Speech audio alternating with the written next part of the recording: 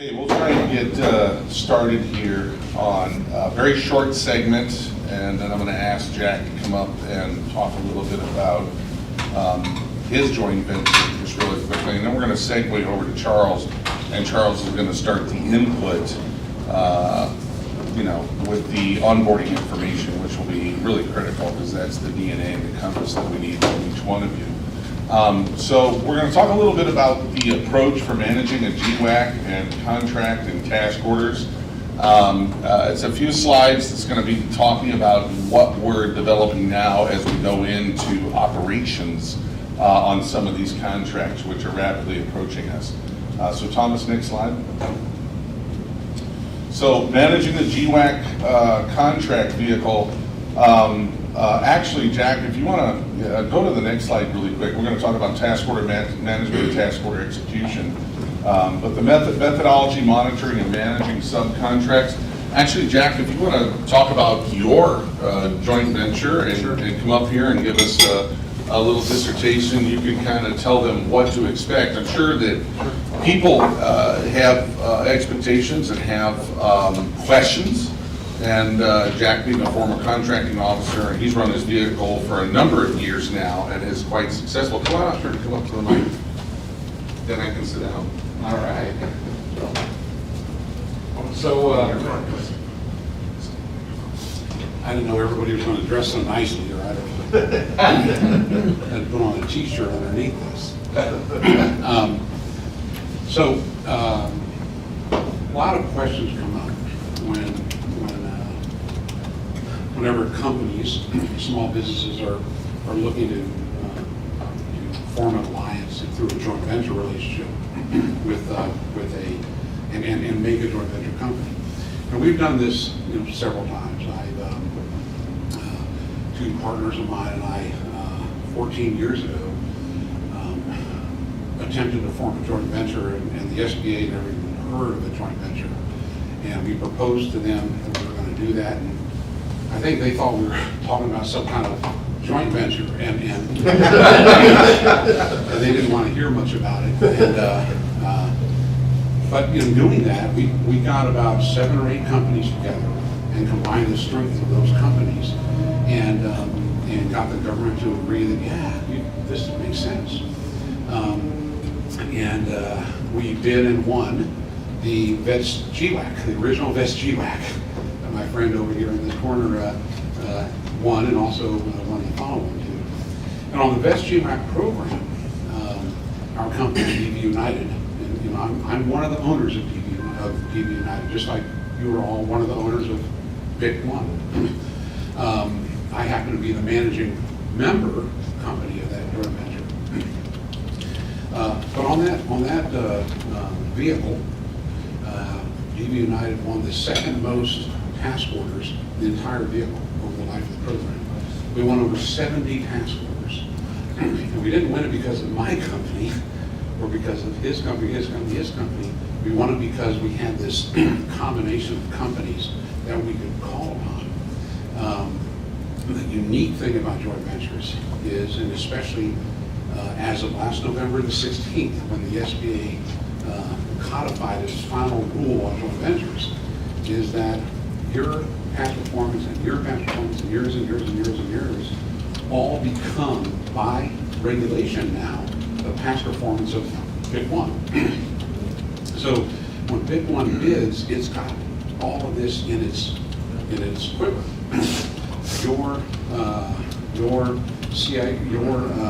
CISSP certification and your ISO certification and your certification for whichever it is, all become usable by BIC One. And so when BIC One bids, it's bidding with the strength of all of your companies. And that's how we were successful, because we were able to leverage the strength of those original 7 companies, and now DV United's 34 companies. And so we're able to leverage the strength of all 34 of those companies. DV United went on to bid after that the CIO-SP 3 contract, and we won the small business CIO-SP 3, and we're also in SDUSB, which is And so we also won the SDVOSB, CLSP 3 prime contract. And on those vehicles, we were in the top 5 of all total dollar value awards. We won over $400 million in task orders on those vehicles. And all of our 34 member companies are benefiting from that. None of them have to participate on a particular task order, but all of them can participate. And the key, and I say this, I don't know, I didn't rehearse this with you, so if I say something wrong, you shoot and throw it at me.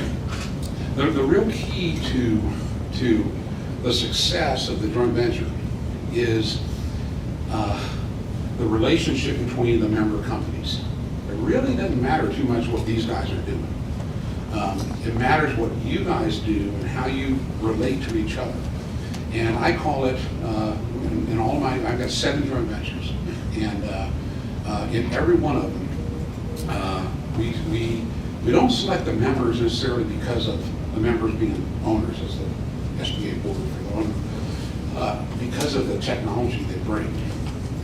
We don't necessarily select members because of the capabilities they have. We select members because we know them and trust them. And because you want to be able to pass the rule. And the rule for all of my joint ventures, he's heard this before, is it's 2 o'clock in the morning and my car is broken down on I-495 North. That's a big loop that goes around Washington, D.C. And that's the rule, that's the test. Do I feel like I could pick up the phone? Do you feel like you could pick up the phone at 2 o'clock in the morning when your car is broken down and call him and say, he's saying, hell no. Can you take a flight from Texas to come? And have what I call a reasonable expectation that you would do everything you could possibly do to help him out. And you wouldn't say, hey man, I'm sleeping, call me tomorrow. No. If we get that, then you guys are not going to be successful in this joint venture. But if you have that reasonable expectation that the person sitting beside you will do everything they can possibly, forget your company, forget what your business is, forget what your core competencies are.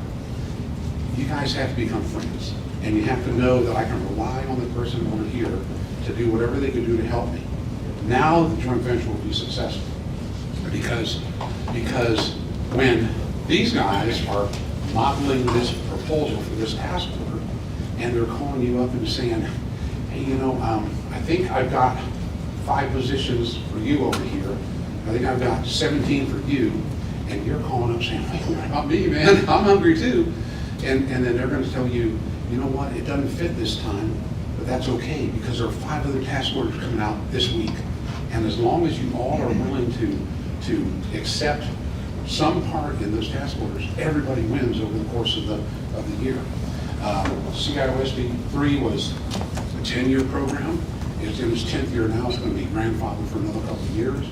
ITES 3S, Big One is a member of our ITES 3S joint venture company called T4.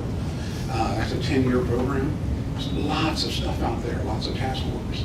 And we're about to win our first one on, with Vic on T4. So I just wanted to say that it's very important to expect working with people irrespective of their technology and their capability versus just selecting people because they're the best at this or that or the other. Because you've all had contracts, probably subcontracts with SAIC or some large company where they promise you're going to be our go-to, and you never hear from them again. There's nothing you can do. So, sit back, look at your fellow members and owners, and know that hey, if they call me, I'm going to be ready to try to help them. And when Chris and Charles call me, then and they're putting together this proposal, yeah, I'll be good with that. If I got nothing this time, that's all right. I'll be on the list for next time. The good news is that if you treat your joint venture members like that, your fellow owners, then things work out. I got a call Friday, from one of our contracting officers on a DV United prime contract that we have under CROSP 3. It's exiting its 5th year. It was a base plus 4 years. It was $20 million. And she called me up and said, you know what, we're not gonna put this back on the CIOSB 3. I wanna do an 8A set aside. And I'm gonna have it be a direct source to an 8A company. Can you recommend somebody to me? I said, oh, absolutely. Because I have 6 or 8 8As out of our 34 in DV United. I picked up the phone. I called my friend Bruce, who has an 8A, who's one of our members, and I said, hey, Bruce, how would you like to have a $20 million contract given to you tomorrow? And he said, do what? And I sent his name to the contracting officer. He's getting the contract. And I'm happy for him. I'm not happy that DV United's losing it. I'm happy as heck that he's getting it. And that the people who are working on that are not losing their jobs. They're just badging over, working for Bruce. So,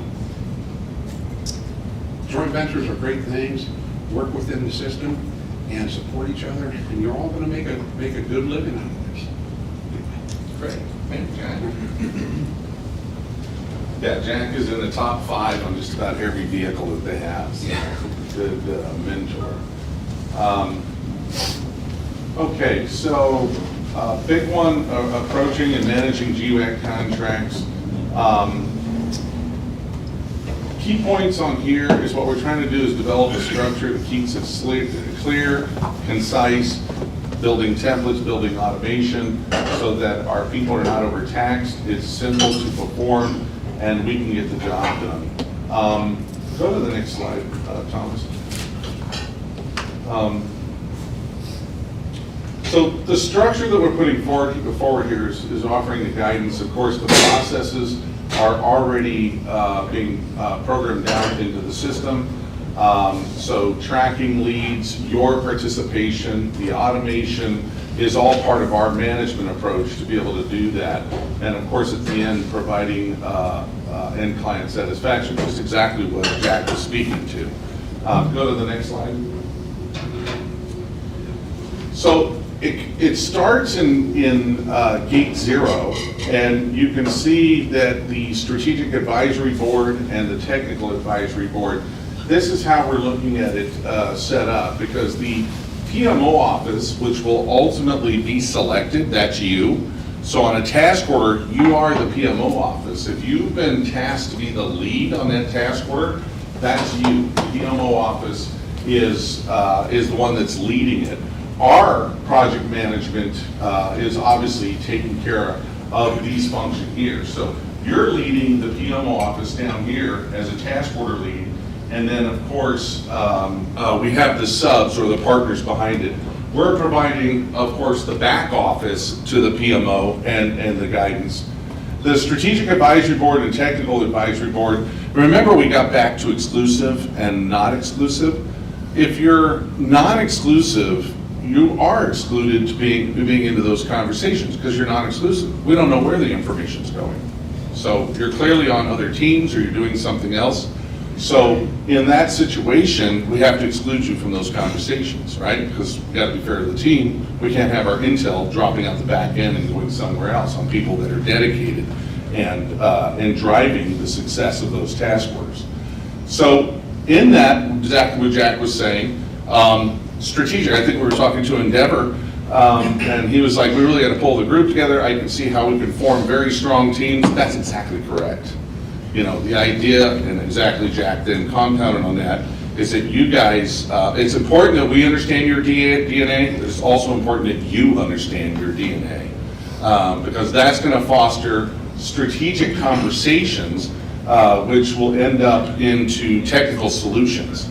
So, as the company progresses down line, a strategic advisory board, big one will set up. Strategic advisory board is also made up out of agency people.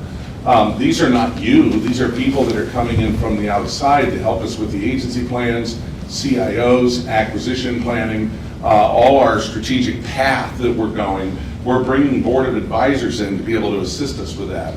The technical board of advisors, that does hit you. So that does hit you. You are the technical, right? That's the magic. So, and that's where we were talking about back there. This is where we get to know more about you and where you get to know more about each other. so that we can start assembling. I think you were talking about an SAP product. You do SAP services, but not really confident in they do SAP, but that's an area of growth, potential area of growth. But the question may come into play, is the past performance of something. That doesn't matter. We have other past performance in a room, so that the fact that Endeavor has SAP services can be compounded by other people in a room that can complete those services and the past performance and the things that we need, because it's an amalgamation. So this really sits, we need to get into conversations, and as we go forward, this is not going to happen tomorrow, but certainly as we go forward into the new year, these boards, so strategic advisory boards, really cover the gamut of, I was just talking to, who was I talking to? Maybe it was Endeavor. We have a relationship with a gentleman over at Leidos, right? Leidos is in the NRC. I won't mention the individual's name, but he worked for NRC for about 30 years, and then he rolled out to Leidos. If you don't think he knows everybody that's in that chain of events in acquisition and program level and just about every, so he knows more about NRC than they probably know about themselves, because he was a high-ranking official inside there. That's the type of person we want on the board, right? We want a strategic relationship, and we want that individual on the board. That individual is a portfolio manager and is responsible for generating revenue, right? He has a revenue responsibility. We're in a small business venue where he's not, and he has very qualified small businesses, but do they come with what we have? First of all, a joint venture is very desirable, and a joint venture that has a program office that is as savvy as we are is even more desirable, because he doesn't have to carry the weight of the water of somebody who's less mature on the line trying to educate them about what to do. And the fact that we have budget and the fact that we have resources means we can do a lot of things together. So that becomes pretty powerful. So in our agencies, which are key agencies, 4 key agencies right now and growing, we're looking to build our strategic advisor board. It's one of the report card items in 2022 that we will be doing. So we will be moving budget and hiring people like that, timeshare, to be able to help us collaborate. So the stronger you are as a team, you will be pulled in as a technical advisory board into those discussions, because those discussions relate back into the relationships and the solutions that we're building to the customer. So we've already started looking at individuals. We had a very high-ranking individual in the marketing, in the Army, that sat over acquisition and really has a strong background, former general. These are very high-level people, and it has to be brought down to pursuit level. But they really have a strong understanding, and influence can open doors. So these types of individuals will be brought on. That will help our task order. What I love about the vehicles is those individuals, as we go forward, can be applied to a vehicle. If the vehicle is dissected properly and segmented properly, it can actually get down to location and buyer organization. And that's really what we're looking to do. We're looking to segment it down to location and buyer organization, and then develop the relationships on multiple opportunities that are coming out. Very important. So strategic advisory board, yep, will be on there. Tier 3 functional agency advisors, leadership advisors, and subject matter expertise that sits in the cyber area and so forth. On the technical advisors, PMO leads, business analysts, functional, so we're trying to carve down in our technical areas into these functional areas. That's why we're dissecting your people into those areas, so that we know how to tap into them. Okay, next slide. Well, before you do it, Go ahead. before you go too far past that, that's at the IDIQ level, right? It's at the GWAC level, translating down to the IDIQ level, And yes. as far as the task orders are concerned, those go through here as evaluations, go, no go, which one, those kind of decisions are occurring here. Yes. And then when it says go, then you fill that. Yeah, so it's interesting. there's a couple ways to approach this. It's a multi-pronged approach, right? So take 8A stars, just awarded, right? 8A stars, we pulled down probably 2,000 task orders. Okay, from the 2,000 task orders, we carved back to about 300 to 400 that were of interest to our group. Now, those will further be culled because timelines won't line up, dollar values won't line up. So from a business model standpoint, we'll lose a bunch more, right? Once we get down to that final selection of about 100 or whatever it is, that then will go through that board. And they'll be grouped and segmented, and then that will go through that board once it's grouped and segmented. We'll say, we need help with these, and these are staggered on the timeline to go out like that. Now you're ready to position. These people help you position, right? That's what they do, That's right. right? So, and they have to have runway to be able to do that. So it's at the task order level. Right. So then, as far as those task orders are concerned, have you seen those task orders turn in like weeks, months? I mean, Jack, you were saying they turn around in a weekend. But, Can be. I mean. Great question, huge problem. Yeah. Great question, huge problem. So, government does not like to talk to industry. That's not what they will tell you. Yeah, I was gonna Okay? say. They don't like to talk to industry, right? Because their jobs are busy. We're all busy, right? So, talking to the right people is important.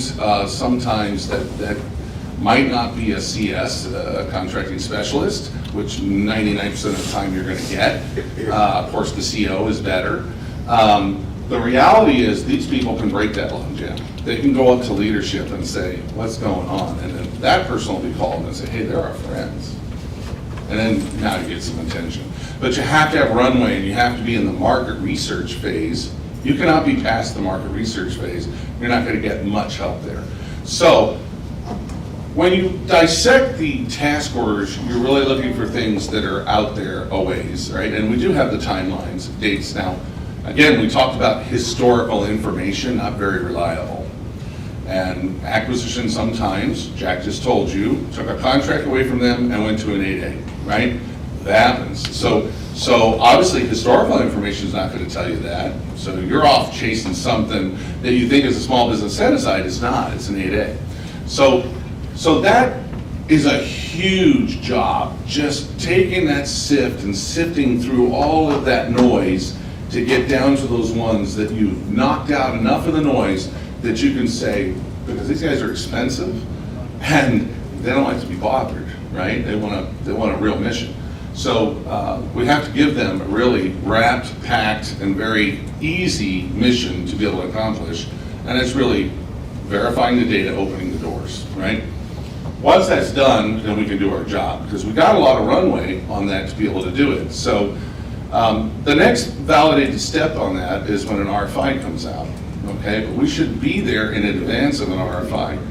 I would tell you this, we have been watching the behavior very carefully of the government, and we bid on things that were not out in advance of the RFI, right? We get surprised the RFI comes out. It's on our list, we haven't gotten there yet, and the RFI is already out. So when that happens, we've seen some things that are really kind of interesting. One is the more difficult it is, we just had one, in fact, we had no bid, we weren't prepared for it. I've never seen one where the government came out with an RFI and said, we want a 25-page proposal. I want you to answer the entire PWS. I want a full cost schedule, I want your WBS breakdown, I want a full cost schedule, and I want you to give me a fixed firm price and options on T&M. And I'm like, holy crap, and I want it in a week, I want it in a week. That's when you should bid. That is definitely one you should bid. If you're gonna bid one, that's the one. I mean, there's some checks and balances that you have to do, but that's one that's either positioned very well, and you ain't gonna get it. You have to validate that. But if that's not the case, then that's the one where you're gonna have very few competitors, okay? Because they're just not gonna foot the bill, they're just gonna do it. So we see a lot of those, not quite at that level, but we see ones that, I like ones that are very vanilla. They ask you for just a little bit, and then we give them a lot. Okay, and they like that, right? So the question is, how much of their job can you do for them? You know, how involved can you get? How much? I would rather spend time and money there than on a lot of other activities that I see. That's also in an area where the government can meet with you, and we request in every single one we give them a reason to have a one-on-one meeting with us, and we request it in every single circumstance. We give them a very powerful message. I'll tell you this. I can take an effort, and it happens all the time from the channel. Somebody will bring me an effort and say, oh, we saw this come out. It's exactly what we do. I'm like, okay. I mean, you read the black and white, and it had items that you identify with. Yep, let's bid it. No. And I can go down and do that and spend $50,000 as we map our bids. They range anywhere from about $30,000 to $60,000 to bid on a per program. And we can do that, or I can spend money in a response offering the government maybe a $20,000 audit and survey and say, why don't you let me redefine your SLAs, and why don't you let me give you a real scope against the requirements of this PWS you've given us. But to do that, I need to do a security audit, or I need to survey your people. And I'll pop the $20,000 at no cost to the government to do that. I would rather spend my money because, number one, I bought myself a relationship. I'm going to ride that relationship. That's a better utilization of my money than that, because that's going nowhere. So that's what we're trying to do. So in the RFIs, you have to create a sense back to the government that you're working for them. You're investing in their mission. That's what they want. You know, they're looking for that. Dyed in the wool, you know, take the hill at any cost, help them out, you know. So anything less than that is going to be a response that they're probably not going to look at. Anything else on that? Good. Okay, great. Next slide. Okay, so now that we're seeing traction in the task order area, and as I say, just in the last couple of months, we've been able to kind of crack the code using that as a basis for it. We're now getting calls, you know, on a pretty regular basis now. And I wouldn't say we've done a lot. Our production is pretty low, yet we're getting pretty 30% results coming back. That's pretty high, right? So now that we're seeing that, we're going to invest more money into that direction, utilizing that aspect of it, and we're pushing on that. So the RFI to RFP in the pre-PMO phase, and underneath the GWACs and the task orders, that's becoming a mainstay focus of ours. So the GWAC meets all of our needs, right? Awarded GWAC to the big channel, and we're working the task orders at the RFI level. If I don't have your magic, if you don't provide me the SME support, and you're not supporting the technology or the solution, there's no magic.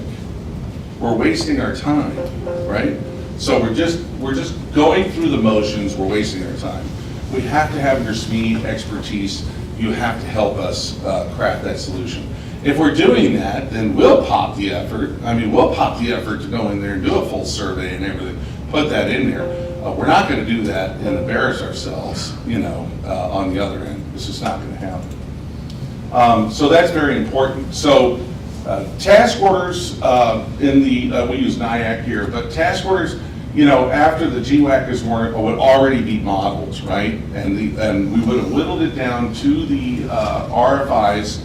And of course, then we're monitoring all RFI and source of SOT activity that's coming out, but we also have pre-planning on RFI and source of SOT. We don't have to wait for the RFI to come out to send them a note like that.